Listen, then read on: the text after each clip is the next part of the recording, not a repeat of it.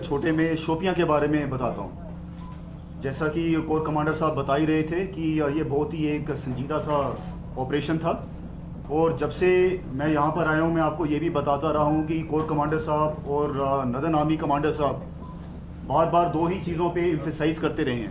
पहला ये है कि लोकल सेंटीमेंट की पूरी इज्जत करनी है, नंबर 2 मिनिमम फोर्स का इस्तेमाल करना है, और मिनिमम कोलैटरल डैमेज होने देना है।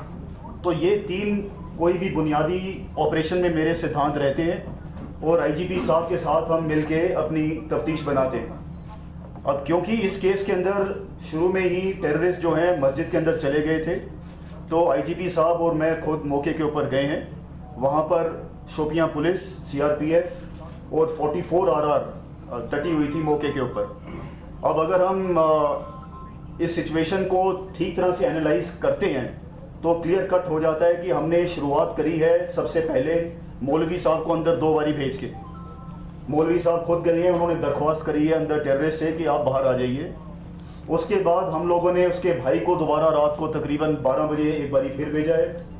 दोबारा उसके भाई को हमने तकरीबन 1:30 बजे एक बारी फिर भेजा है, और आखिर में सुबह के टाइम उसके माँ बाप को भी हमने एक बारी मौका दिया अंदर जाने के लिए। तो हर तरह की कोशिश करी गई है, जैसे मैं आपको पहले भी बताता रहा हूँ, कि अपने कश्मीरी भाइयों का हम सरेंडर ले सकें।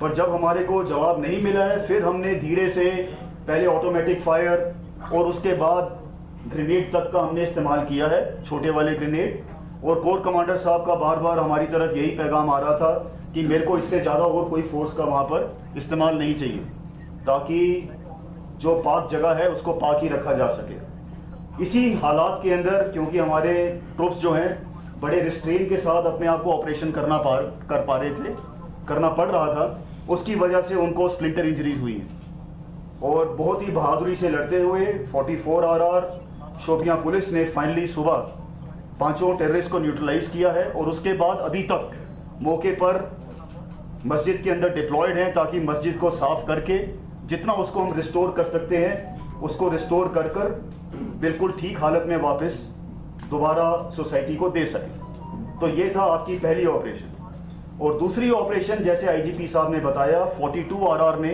जनरल एरिया त्राल में एक गांव जिसका नाम नौबुग है वहां पर अंजाम दी है। अगेन इसकी इंटेलिजेंस जो है हमारे को जेकेपी से मिली है, और वो हाइड आउट एक ओपन इलाके के अंदर था। 42 आरआर ने बहुत ही एहतियात बरतते हुए बिल्कुल मिनिमम फोर्स यूज करके वहां पर 2 टेररिस्ट को मार गिराया है। और ये जो एक टेररिस्ट जो गिरा है ये 2019 विंटेज का है, और ये सरगना था एक काफ़ी इंपॉर्टेंट ग्रुप का। सो ये दोनों ऑपरेशंस तकरीबन जाके 11:30 बजे तक ख़त्म हो गई हैं। उस इलाके में भी, त्राल में भी सफाई और उस इलाके का पूरा हाइड आउट वाली लोकेशन को चेक करना, क्लियर करना, वो सारी ऑपरेशन ख़त्म हो गई है। आप सबके ज़रिए मैं आवाम को साउथ कश्मीर में दोबारा ये भरोसा कोर कमांडर साहब के बिहाफ पे देना चाहूँगा कि victor force Jammu Kashmir police के साथ कमिटेड है। जितने ज़्यादा से ज़्यादा लोग वापस मेन स्ट्रीम में आना चाहते हैं, उतने बच्चों को सरेंडर लेके वापस लाने के लिए। पर अगर हमें मजबूर किया जाएगा और अगर हमारे पास चारा ही नहीं होगा, तो हमारे को फोर्स को एक ठीक तरीके से अप्लाई करना पड़ेगा। आपकी टारगेट करेंगे? देखिए सिंपल बात है, आप लोग एनालिसिस किए होंगे, जो जनवरी से ट्रेंड चला है कि ये सॉफ्ट टारगेट को अटैक कर रहा है। चाहे ये जो अपना श्रीनगर में 2 सिविलियन पर अटैक किया था, पुलिस वाले हमारी दुकान पर खड़े थे, वहाँ पर अटैक किया था सॉफ्ट टारगेट को। तो यात्रा भी एक सॉफ्ट टारगेट होता है, लेकिन जैसा मैंने पहले किया कि सिक्योरिटी अरेंजमेंट हम लोग इतना फुल प्रूफ रहेगा, अटैक नहीं कर देंगे। अटैक की बात दूर है, इसके हाइडआउट में घुस को मारेंगे कहीं पर। देखिए ये कहना, एक मिनट, देखिए ये कहना कि अमरनाथ यात्रा इस बार खतरे में है और पिछली बार नहीं थी, गलत है। हमेशा सॉफ्ट टारगेट के ऊपर हरकत होगी और हर बार इनकी कोशिश रहेगी कि हम सॉफ्ट टारगेट के ऊपर अटैक करें।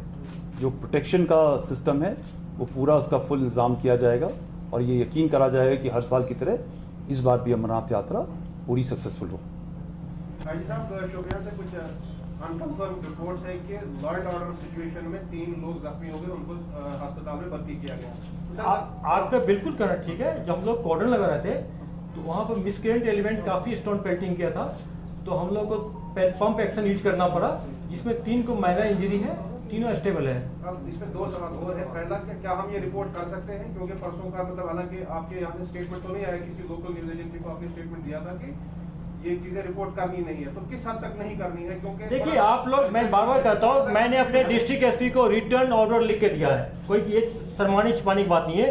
क्या करना है पुलिस को, क्या करना है मीडिया को। मेरा कहने का मतलब ये था, ये सुप्रीम कोर्ट ऑनरेबल कोर्ट का भी ये जजमेंट है, वर्डिक्ट है कि लाइव इनकाउंटर पर लाइव कवरेज आपको नहीं करने दिया जाएगा। क्यों नहीं करने दिया जाएगा? पहला ये है, अगर बुलेट आती है मिलिटेंट का या सिक्योरिटी फोर्स का तो आपको भी लग सकती है। दूसरा कारण है कि हमारे फोर्स ट्रूप जो फाइटिंग कर रहे हैं वो डिस्ट्रैक्ट होगा। आप फोटो खींचेंगे तो वो डिस्टर्ब होगा, हो सकता है कि उससे अटेंशन डाइवर्ट हो जाए, टेररिस्ट का उस पर फायर आ जाए। तो हमारे जो बोनाफाइड ड्यूटी है उसमें आप इंटरफेयर कर रहे हैं, इसलिए नहीं करना पड़ेगा आपको। तीसरा है कि उस लाइव कवरेज से अगर और कहीं लॉ एंड प्रॉब्लम हो जाए, लोग इंस्टिगेट हो जाए, तो ये सारी। चौथा है कि इससे इंटरनल सिक्योरिटी पर इम्पैक्ट पड़ता है। ये कानून वेल वेटेड, लीगली हम लोग वेल वेटेड करके आपको एडवाइस दिए और अपने एसपी को इंस्ट्रक्शन दिए कि आप लोग नहीं करेंगे। दूसरा बात है, इनकाउंटर साइड पर आप लोग नजदीक नहीं जाए। आप लोग शिकायत करते हैं कि पुलिस वाले हमको पिटाई करता है, आप वीडियो भी रिलीज करते हैं, तो आप क्यों जाते हैं इनकाउंटर साइड पर जहां फायरिंग हो रही है? आप वेट कीजिए, बाहर कीजिए, आपको डिस्ट्रिक्ट एसपी वहां पर जाकर आपको ब्रीफ करेंगे आपको।